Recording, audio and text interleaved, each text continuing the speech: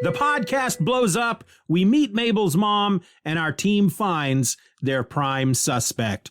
All this and more on episode 6 of Only Murders in the Building. That's today on The Streaming Fool.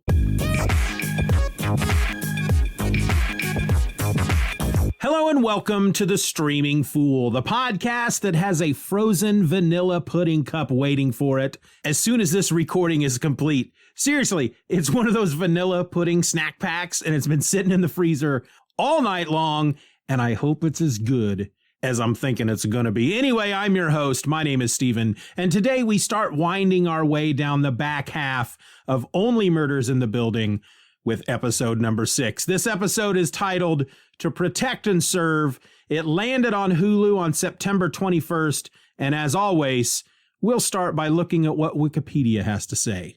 Oscar and Mabel appear to have feelings for each other. Mabel's mother does not want her involved in Tim's murder investigation, but Mabel asserts her independence on this matter. Detective Williams starts having second thoughts about closing Tim's case too quickly, so she surreptitiously gives Tim's phone to Mabel. Teddy is thrilled that his business is mentioned on Jimmy Fallon's show and writes Charles and Oliver a check for $50,000. However, Charles notices that the check is drawn from an Angel account, which is the name of the person that Tim had been dealing with for jewelry. Once again, Wikipedia, I guess that's kind of the point. They just want to touch on just some of the points of the show and not really touch on much.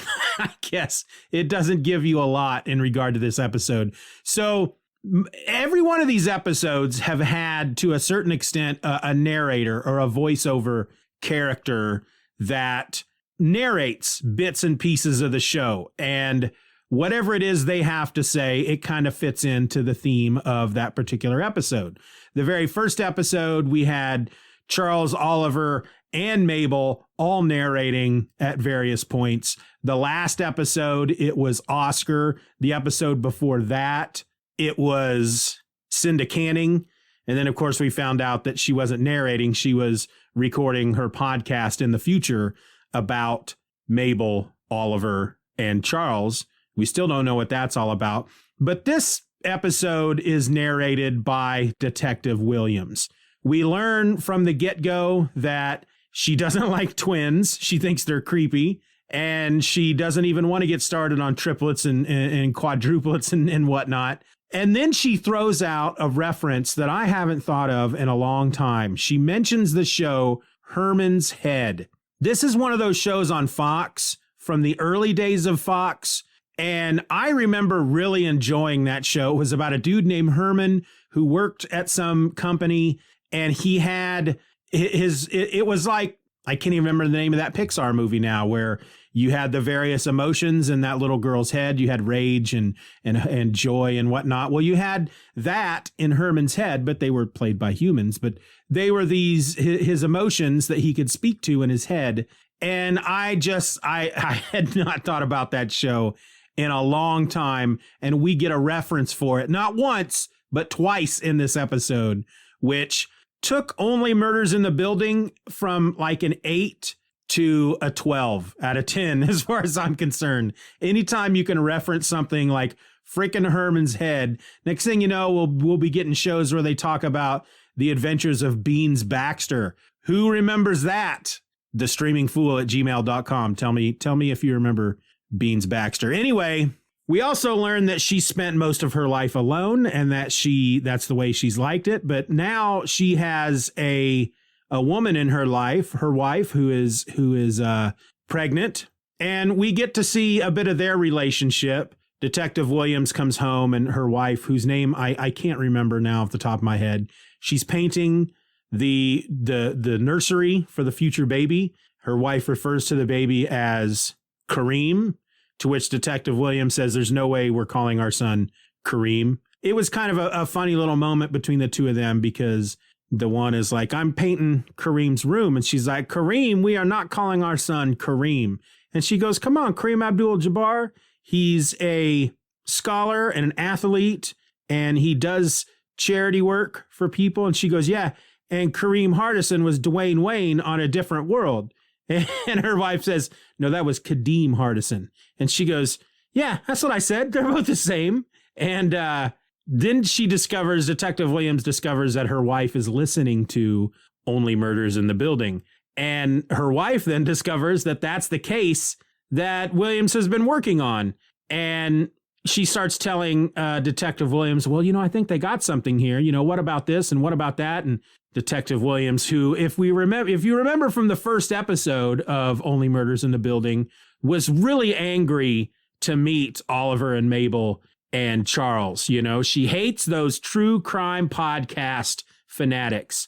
And now here is her wife or partner or girlfriend who's starting to do the same thing and actually is starting to question how she worked the case, because she tells her, no, that was a suicide. It's cut and dry. That case has been closed. And her girlfriend's like, well, what about this? And he's like, oh, heck no, you're not going to do that to me. And then she leaves.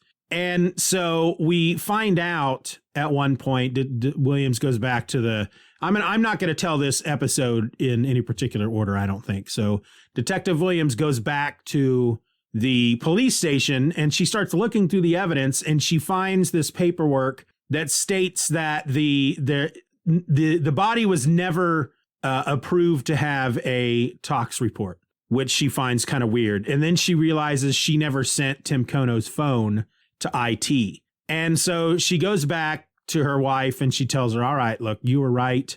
I may have missed a couple of things. They never sent the body in for a tox screen. IT never got the phone. And her wife's like, well, there you go. You can open this case back up and blow it wide open and solve the whole thing and be the big hero. And Detective Williams says, no, you don't understand. We can't do that. If whoever they are, the upper echelon, I guess, of the police rankings, decided not to send the body for a tox screen, there is a reason for that, and she can't be messing with that. And if she wants to make sergeant, she can't be reopening a case that she has already closed. And so now she's got to kind of decide what she's going to do next. Well, in the meantime, we have Mabel and Oliver and Charles and Oscar. They're all at the tattoo parlor, and they are trying to piece together kind of what's going on. All they know at this point is now it seems that Tim has been involved in trying to take down a black market jewelry person, seller of jewels and jewelry, who they only know by the name of Angel. And that's when Mabel's mother shows up. She's very angry that Mabel has come to town and did not call. And the only reason she found out about it is because Mabel's cousin works there at the tattoo parlor, and this cousin called her mom on her. And so from that point, we go back to Mabel's mother's house, and all of them are there. Oliver, Charles, Oscar, Mabel's mom. They're having dinner. And Mabel's mother is very upset. She mentions a couple times, I never should have let you go back to that building, to which Mabel fires back, you don't let me do anything anymore, Mom. I'm grown. They get into a big fight. Mabel storms out. Oscar follows her. Charles and Oliver have a talk with Mabel's mom, and they basically, they tell Mabel's mom that they understand where she's coming from. They'll leave her out of this. They'll close it down. There's no reason to move forward at this point, knowing that Mabel is so closely tied to this tragedy, and they don't want to capitalize. They don't want to make money off of that. They don't want to profit from their friend's tragedy. And they tell Mabel's mother that, Mabel's a wonderful person. She's very odd. She's a strange woman, but that they mean that in a good way. And then they leave. Oscar and Mabel spend some time in her room, getting to know each other a little bit more. It's very obvious that they are both very attracted to each other, especially once they start to smooch. Well, Charles and Oliver, they're back at, I think it's Charles's place. I don't remember. I think it might be Oliver's. Doesn't really matter. Wherever they have the big board set up with all their suspects on it, they're sitting around and they're talking about, what they're going to do going forward, because obviously they can't do the podcast anymore. And then Oliver gets a text from Teddy Demas, the guy who is sponsoring their podcast, the guy that Oliver went to a few episodes back and got $35,000 out of him to sponsor their podcast. And it's basically a text that just says, I need to see you now. And Oliver brings Charles along. They go down to the apartment and Teddy plays them a clip from The Tonight Show with Jimmy Fallon, where he is talking to Cinda Canning. And they're talking about podcasts. And she says, oh, my goodness, everybody's doing a podcast now. She goes, in fact, the guy who played Brazos is doing a podcast. And she starts telling Jimmy about it. And she says it's a murder podcast. It's a true crime murder podcast in which they're trying to solve a murder that happened in their building. And their prime suspect at this point is none other than pop superstar Sting. And Jimmy is just cracking up. He's laughing. He thinks it's so funny. And then she tells him that the title of the podcast is Only Murders in the Building. Jimmy just thinks that is just the funniest thing he's ever heard. He repeats the name, Only Murders in the Building, and he laughs and laughs and laughs. Teddy pauses the clip and he turns to them, and it's kind of amazing.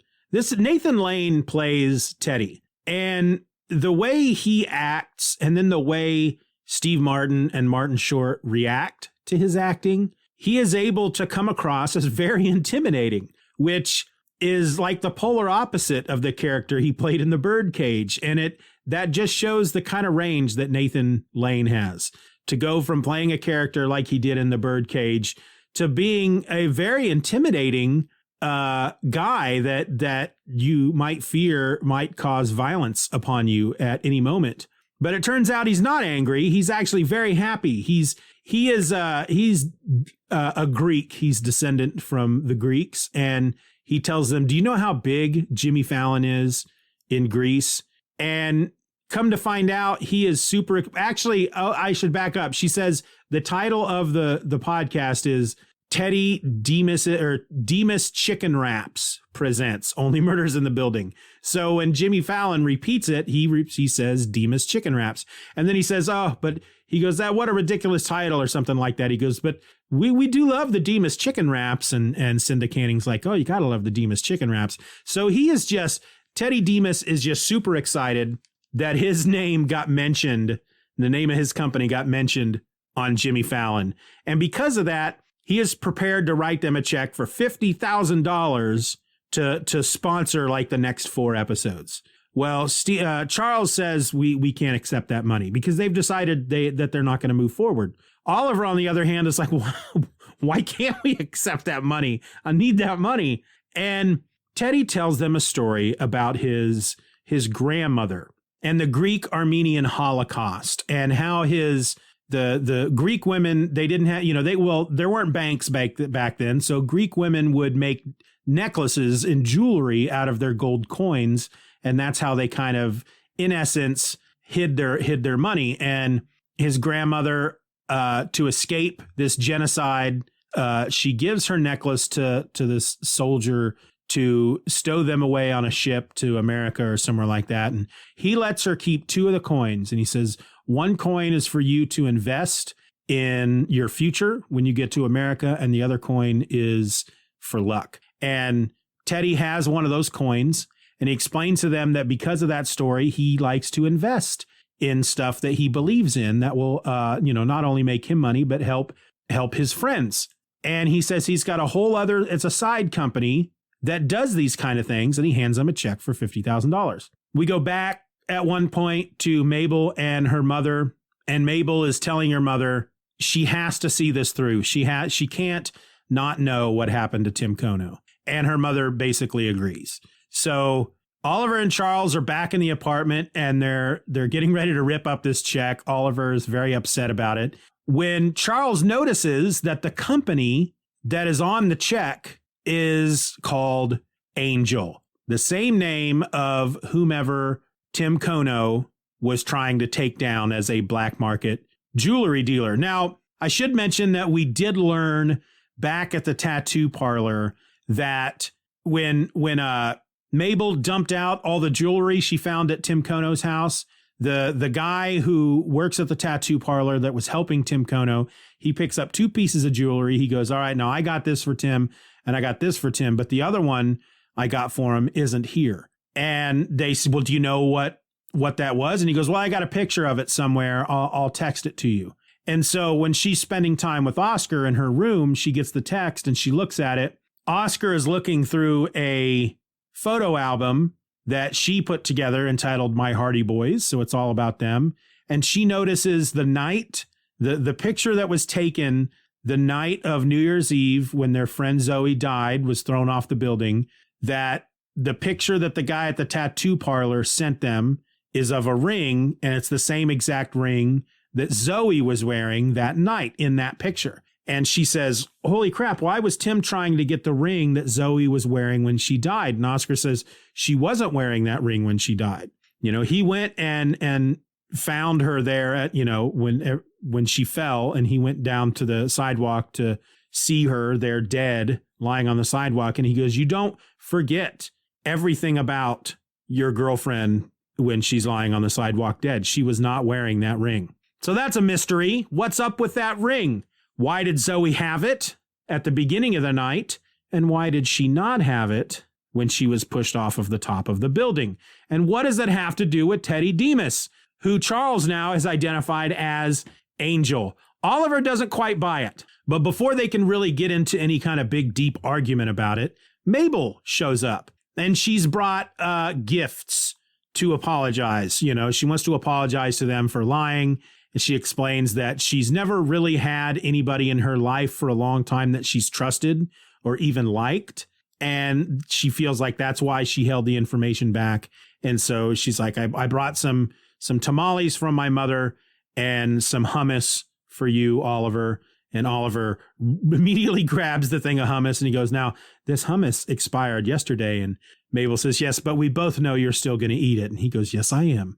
And then she provides them with her next gift. So we talked about Detective Williams. She realized that she hadn't quite, you know, she'd missed a couple things. A couple things got missed before she closed the case, and that maybe there might be something to the whole idea that Tim was murdered. And so she puts the phone in an envelope and she drops it off at the Arconia for Mabel. And Mabel has it with her at that point. And she says, here's my second gift. It's Tim's phone. And Charles and Oliver are both excited about this. And she says, of course, we need to figure out what his password is in order to get into it. And then Charles says, that's not the last thing. And he pulls out a picture of Teddy and he sticks it up on the board under prime suspect. He goes, our prime sponsor has now become our prime suspect. And Oliver, ever the director, just goes, ooh, that's a good line. That would be a great line to end an episode. And then that's how they end the episode. I just love little things like that. It was another great episode. It gives us a new suspect to add to our list. I'm not taking any more people off of the list. I'm still keeping the neighbor in Didi Idoko, who still, again, was not on this episode. I find that kind of suspicious. You know, I feel like there's a reason why they're not focusing on her at all. And I'm keeping Oscar. I don't know. I want to trust Oscar, but come on. I feel like they want us to trust Oscar. You know what I'm saying? But then there's also his father, Jose Torres. He's a suspect. And now Teddy is now officially a suspect as well. So we got 4 people who could possibly be behind the death, the murder of Tim Kono. I say this every time, folks. Who do you think murdered Tim Kono? Let me know. thestreamingfool@gmail.com. Or just tell me what you think of the show so far. And I just might read it out on an episode. Give you a little shout out. Say your name. Say your name. Say your name. Won't that be exciting to hear your name on a podcast? That probably never happens. But again, another great episode. There is a moment in this episode when they're getting ready to tear the check up. I almost don't want to talk about it because it's almost like one of these perfect comedic moments. And me talking about it is not going to do it any justice. But if you've watched the episode, or if you're going to watch the episode, it's this moment when Charles basically says, we need to tear up that check for $50,000. Well, the first thing Oliver does is he gives you one of those grunts that he does when he is upset about something. He just, ugh. And then he goes to tear it up, and it's very quick. He goes to tear it up, but before he can, he reaches out, he puts his hand on Charles's knee, and he kind of makes this sound like like the whimper of a small dog. And it's such a great comedic moment. Again, I think I mentioned in the last episode that we talked about Only Murders in the Building. I, for a long time, was not a big fan of Martin Short, and it's just been within the last couple of years that I've really started to appreciate him. I don't know if that means that his humor has matured or he has become funnier, or if my sense of humor has matured and or changed. I don't know, but I really like him now. I go back and forth as far as who's the funniest one on this show. Is it Steve Martin or Martin Short? Doesn't really matter. Those two should always work together from now on. They are genius together. They did a live show that was on Netflix, I think. It might even still be there. If you can find it, watch it. It's so great. The two of them live together. They trade insults just like frickin' Michelangelo paints frickin' church ceiling. You know, they're just masters at it. But they're so good in this show. And I love it because of them so much. I don't know what else to say, folks. That's what I got. That's episode 6 of Only Murders in the Building, a Hulu original. Again, all 10 episodes are up. I do know who murdered Tim Kono. I am trying to do these episodes as if what I was thinking of at the time that I first watched the episode. And so at this moment in time, I don't know that I was quite sold on Teddy Demas at this point. There's something about him, just the way he acts. There's something shifty about him, but I'm still kind of leaning towards Oscar at this point. I mean, I'm still like The Neighbor. Come on. Why haven't we seen The Neighbor? But I'm still leaning towards Oscar at this point. But I guess we'll find out more in episode 7, which I'm going to try to get to you guys on Monday. It's episode 8 of The Streaming Fool, in which I'm talking about episode number 7. No, I said that wrong. Wow, I am way off whack. This is episode 8. So the next episode will be episode 9, in which I'm talking about episode 7 of Only Murders in the Building. Until then, folks, hey, have you gone out to Apple Podcasts? Hey, have you gone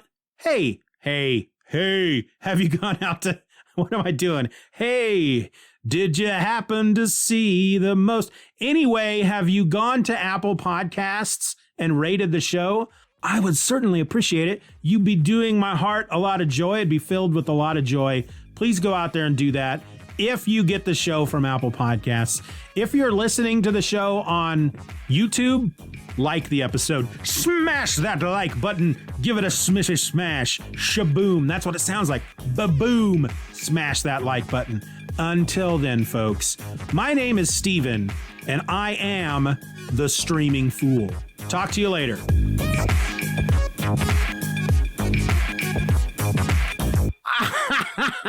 That was dumb.